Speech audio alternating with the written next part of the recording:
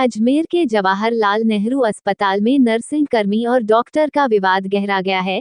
दिन भर वार्ता व समझाइश का दौर चला, एक बार बात भी बनी लेकिन फिर से विवाद बढ़ गया और कोई हल नहीं निकला। ऐसे में नर्सिंग कर्मियों की हड़ताल जारी है, जहां रेजिडेंट डॉक्टर्स का कहना है कि वे वार्ता के लिए तैयार है, लेकिन नर्सिंग कर्मी वार्ता के लिए तैयार नहीं है। वहीं नर्सिंग एसोसिएशन का कहना है कि 50 के बीच वार्ता का कोई निर्णय नहीं हुआ, जो भी होगा सबके सामने होगा। ऐसे में अब भी विवाद बरकरार है। रेजिडेंट डॉक्टर्स एसोसिएशन के अध्यक्ष अभिषेक ने कहा कि नर्सिंग कर्मी व डॉक्टर्स एक दूसरे के साथ काम करते हैं। एक दूसरे पर हाथ उठाया गया, यह दोनों तरफ से गलत है। माफी मांगने की मांग करना गलत है। वार्ता के लिए तैयार थे, लेकिन वे लोग तैयार नहीं। रेजिडेंट डॉक्टर्स ने यह भी कहा कि नर्सिंग कर्मी हड़ताल पर है, तो इनसे परिसर खाली करवाया जाए और काम सुचारू रूप से करने दिया जाए। कई नर्सिंग कर्मी ऐसे हैं जो अपना काम किसी प्राइवेट व्यक्ति से कराते हैं, उनको चिन्हित कर कार्रवाई की जाए।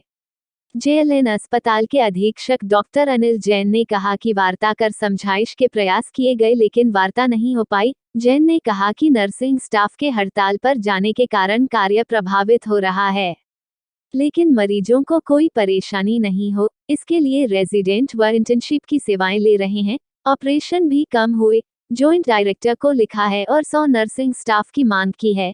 जांच के लिए कमेटी बना दी है और कमेटी की ओर से रिपोर्ट दी जाएगी, उसी के अनुसार कार्रवाई की जाएगी।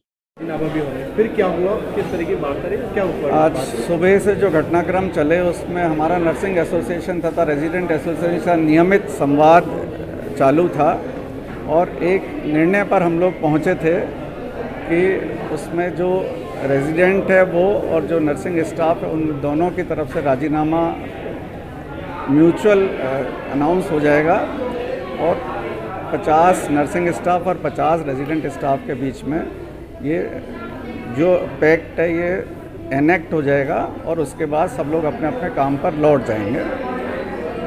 इसीलिए हम लोग यहाँ सेमिनार हॉल को हमने खुलवाया था कि 100 आदमी आराम से बैठ जाएंगे, लेकिन यहाँ जब आए तो करीब 250 से 300 नर्सिंग स्टाफ यहाँ मौजूद था। हमने उनको कहा कि जो हमारा वार्ता हुई है उसके हिसाब से आपको 50 आदमियों के बीच में हमारा पैक्ट होना है, लेकिन वो इस पर तैयार नहीं थे और उन्होंने हॉल को छोड़ दिया। हम उनका इंतज़ार कर रहे हैं, अगर वो आते हैं तो हम इसके लिए अभी भी तैयार हैं कि हम इस वार्ता को पूरा करके अस्पताल को सुचारू चलाना चाहते हैं। और बाई चांस नहीं आते हैं ऐसी स्थिति के अंदर अस्पताल में मरीजों की व्यवस्था के लिए क्या रहेगा? अस्पताल में मरीज की व्यवस्था के लिए हमने एक तो सारे रेजिडेंट्स को, सारे इंटर्न्स को, सारी फैकल्टी को अभी भी फ्लोर पर लगा रखा है, क्योंकि नर्सिंग स्टाफ हमारा कल से नहीं है। कुछ ही स्टाफ काम कर रहे थे, वो अपना काम कर रहे हैं और बाकी सारे रेजिडेंट्स, हमारे सीनियर रेजिडेंट्स, इंटर्न्स और फैकल्टी ये कोशिश करके मरीजों को जो भी बेस्ट पॉसिबल सेवाएं वो दे रही हैं, जिससे मरीजों को कोई परेशानी नहीं आने दी जाए। ऑपरेशन कुछ ऑपरेशन हमारे कम हुए क्योंकि नर्सिंग स्टाफ नहीं था। ज़्यादातर जगह रेजिडेंट्स ने सीनियर फैकल्टी को असिस्ट कराकर ऑपरेशन कराए।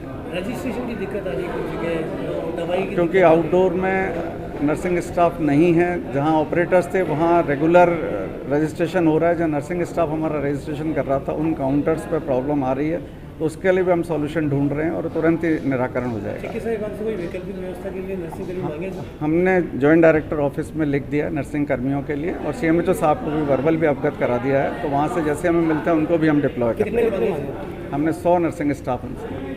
सर, घटनास्थल पर सीसीटीवी लगने की बात सामने आ रही है, लेकिन सीसीटीवी सामने नहीं आ रहा। सीसीटीवी सामने आने के बाद